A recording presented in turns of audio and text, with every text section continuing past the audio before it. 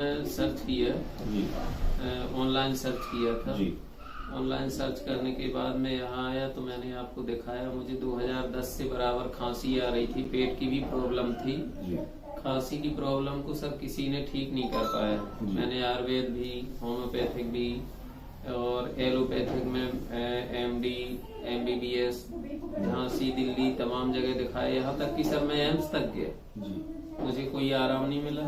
AIIMS से मैं लौट के आया, एक बार आपके पास आया, आपने 1 हफ्ते की दवा दी, उसमें मुझे आराम नहीं मिला। लेकिन जैसे ही मैं दोबारा आया, मुझे तत्काल 1 हफ्ते की दवा में ही खांसी में आराम मिल गया। तब से आज तक आई नहीं। तब से अभी तक एकदम ठीक है। बिल्कुल ठीक है सर।